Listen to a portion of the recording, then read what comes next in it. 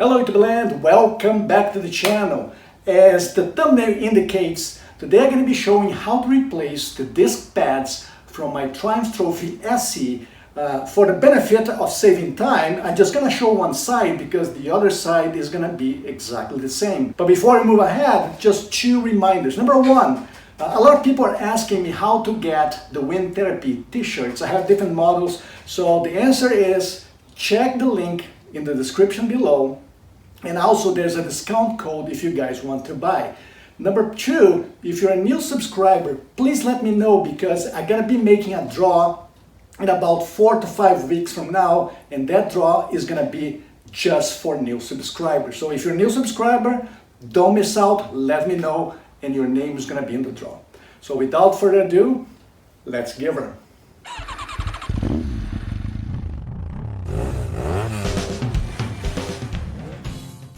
Hello my friends, my name is Eddie, welcome to the channel. So let's go, I'll show you exactly what I'm gonna do. I'm gonna show the tools I'm gonna be using step by step. Some stretches I may not be doing a voiceover because it'll be very clear what I'm doing, but whatever's important, I'll make sure I let you know. This is not a difficult job. If you are somewhat mechanically inclined, you're not gonna have any issues. If you already did, for example, if you replaced the disc pads in your car, it's very, very similar. So this is not difficult. I'll show you as clear as possible how to do it. And on the next video, I'll be showing how to replace the brake fluid and the clutch fluid, but that's for the next one. So let me show you what I'm talking about. So let's start showing what I'm gonna be using. Before I forget, I'm gonna be listing all the tools on the description down below so you can see exactly what's required to do this job. Number one, pretty easy, a bucket. Cleaning is probably one of the most important points when replacing your disc. You can use soap water, no issues at all, or you can use a brake pad cleaner. I already have these ones, I'm gonna use this cleaner, but soapy water works pretty good too. We're gonna need some shop rags for cleaning. Gloves is actually nice to have because you may get very dirty. A toothbrush for the cleaning.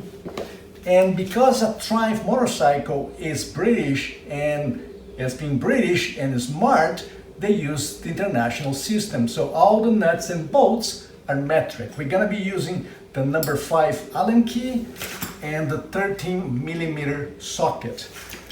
Then the torque wrench to make sure everything's torqued properly. And finally, the brake pads. Make sure you check on the Triumph website what brake pad you need to buy, but don't forget, you need not only one, but you need 2 sets. Again, I'll be listing the brake pad information on the description down below, but make sure you get 2 pads. There's no point of just doing one side. The work is basically the same, and if you don't do both sides, it may affect the braking of the motorcycle. So make sure you do both sides at the same time. So let's get going. The first thing I recommend is to take pictures. If it's your first time, take a lot of pictures because that will make it easier to assemble just in case you can't remember what to do or which step you missed. So take a lot of pictures before you start, just like so.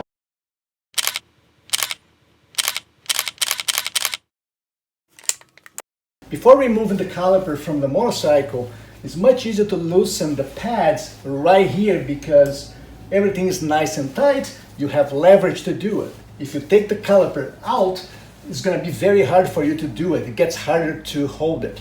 So make sure you loosen those 2 Allen bolts like so. First time is pretty tight. If it's tight, you can spray a WD-40 to make it a little bit looser, but in my case, as you can see, it is tight, but not too tight. So now they're somewhat loose. We can start removing the caliper. So let's go.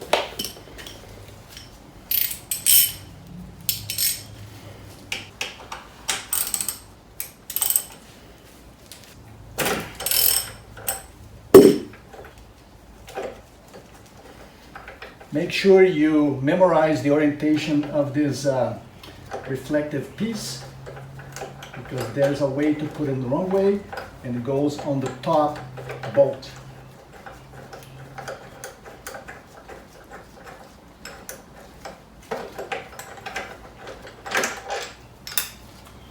As a rule of thumb, I try to put the bolts in the same position on the side, the top one on the top, the bottom one on the bottom, so I know from where they came from.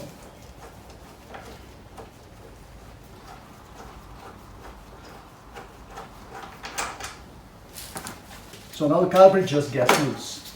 After you remove the caliper, you don't want to put too much strain or pull the hydraulic hose here, so make sure you protect this piece while you're doing the cleaning. So what I'm going to be doing, I'm going to use a cable tie here, and just to give me enough freedom to clean without putting effort or strain on the hydraulic hose.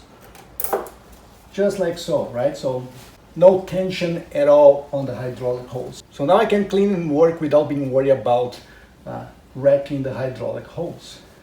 Make sure you understand the position of a metal spring that sits here on the back to make sure you don't mess this stuff up. Like I said before, make sure you take pictures. So now I'm going to remove the calipers before starting the deep clean.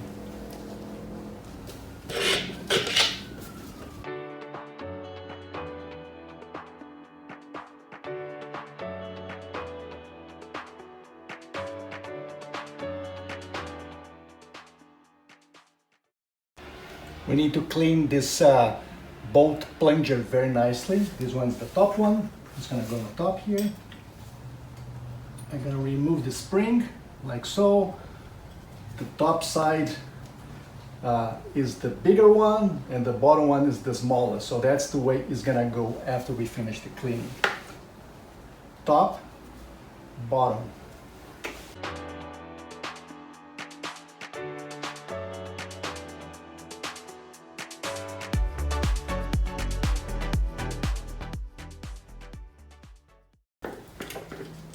Same as the other one, we're gonna clean this nicely.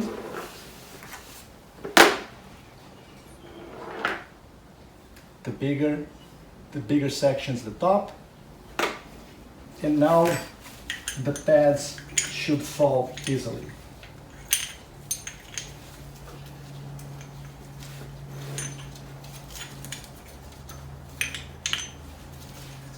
And this is what I was telling you guys. If you check the thickness of one side to the next, I'm not sure if you can see it here, otherwise I'll put a picture above here, is worn out almost double than the other side. So it tells me that the plunger is not moving freely. So this pad is actually not too bad, but we're gonna replace both. So like I said, we're gonna need one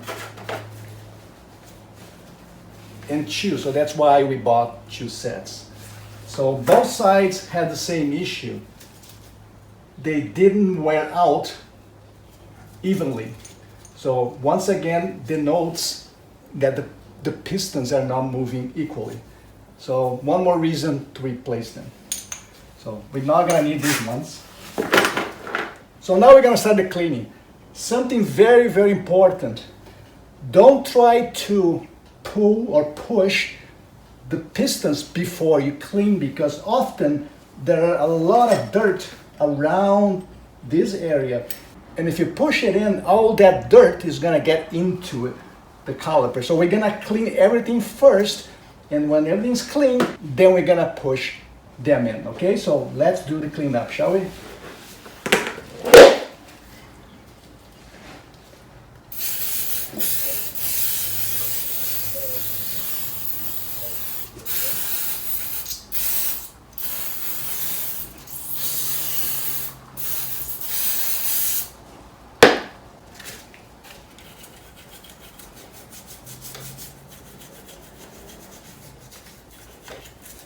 I'm gonna use the toothbrush to clean all the corners, mainly around the cylinder.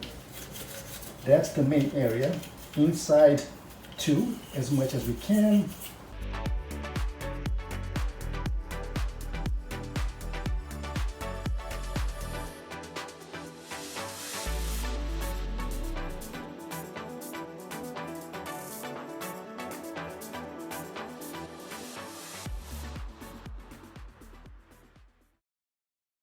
It's one side, the other side is still dirty, so let's clean the top.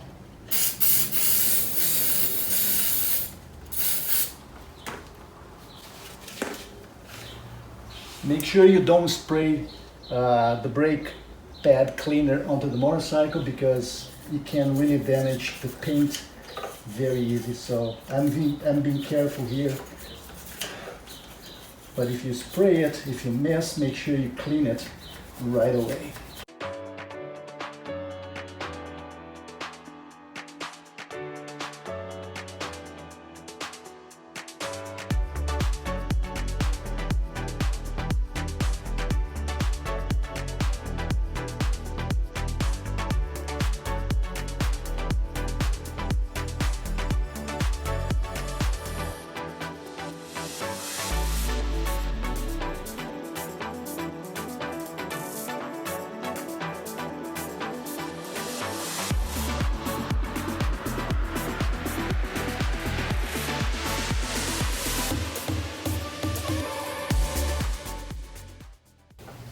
So now that the pistons are nice and clean, we can try to push them in. We're gonna try by hand, and if it's tight, what we're gonna do, we're gonna release the cover plate of the brake fluid to allow the fluid to go back up. So, but let's try by hand first, see if we're gonna have to go to the step number 2.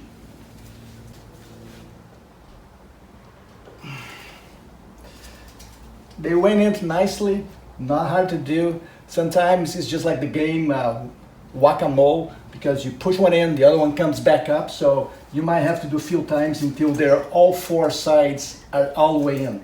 So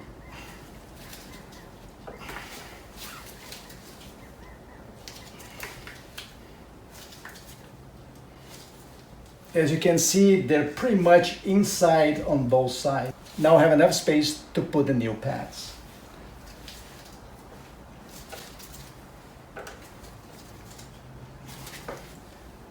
Perfect. So let's check the wear of the pad. A new one is about 8.5 millimeters. Let me check another one. About 8.5 millimeters. And let's check the used ones. The one that's thicker is showing almost 7. And the other side that's worn out more is 6, not even 6, almost 5.5. This one is 5. And this one's 8. So you can see that they wore out differently. So one more reason to put new pads.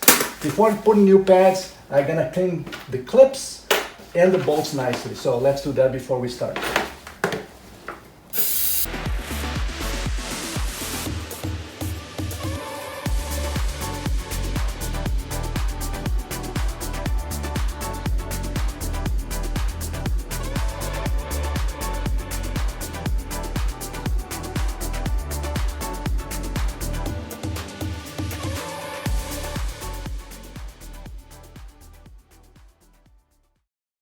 Nice and shiny again.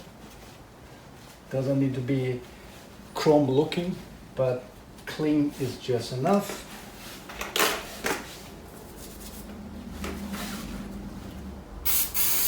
Like any chemical product, if you want to wear a dust mask and a safety glass is recommended. To be honest, I should have done that, but I missed the safety step. So make sure you have a safety glass and a dust mask. I'm sure everybody still have some masks from the COVID era. So apologies, I should have done that. But now the cleaning is almost done.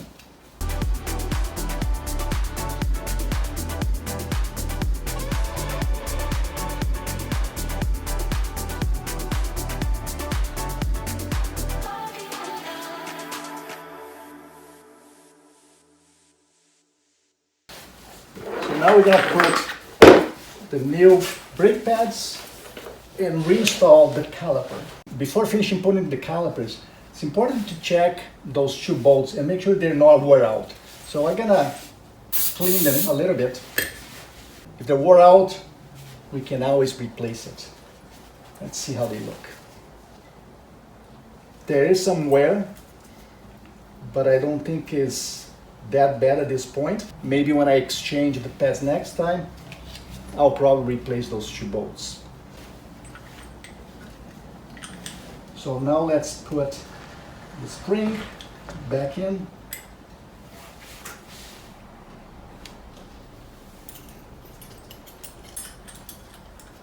This step needs a little bit of juggling here.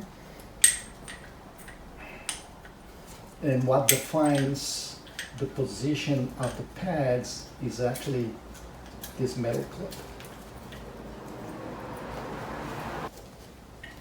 With the clip properly in place, now we can put the bolt back in.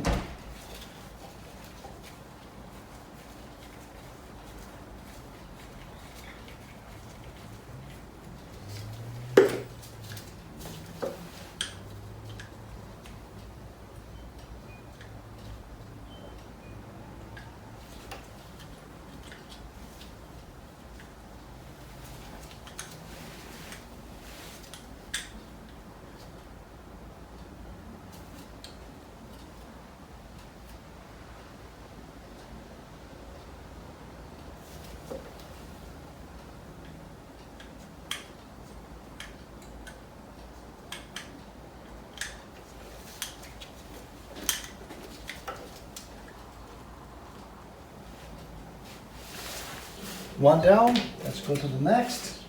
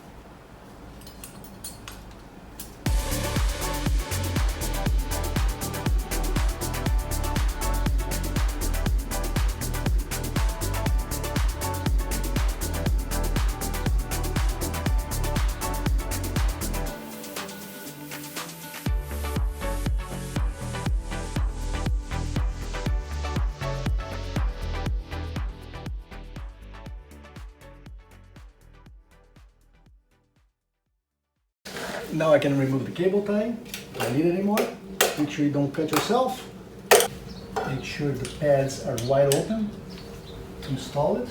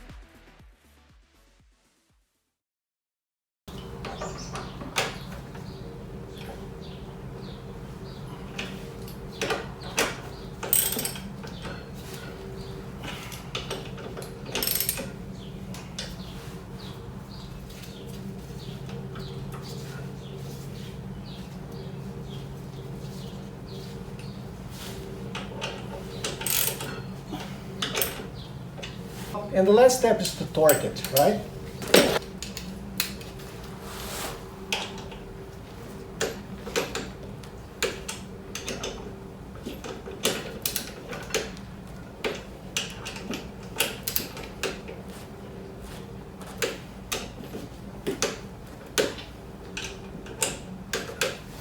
Perfect. All done. And that's all she wrote, guys. Let me know if my instructions or video made sense to you. Did I miss anything? I don't know.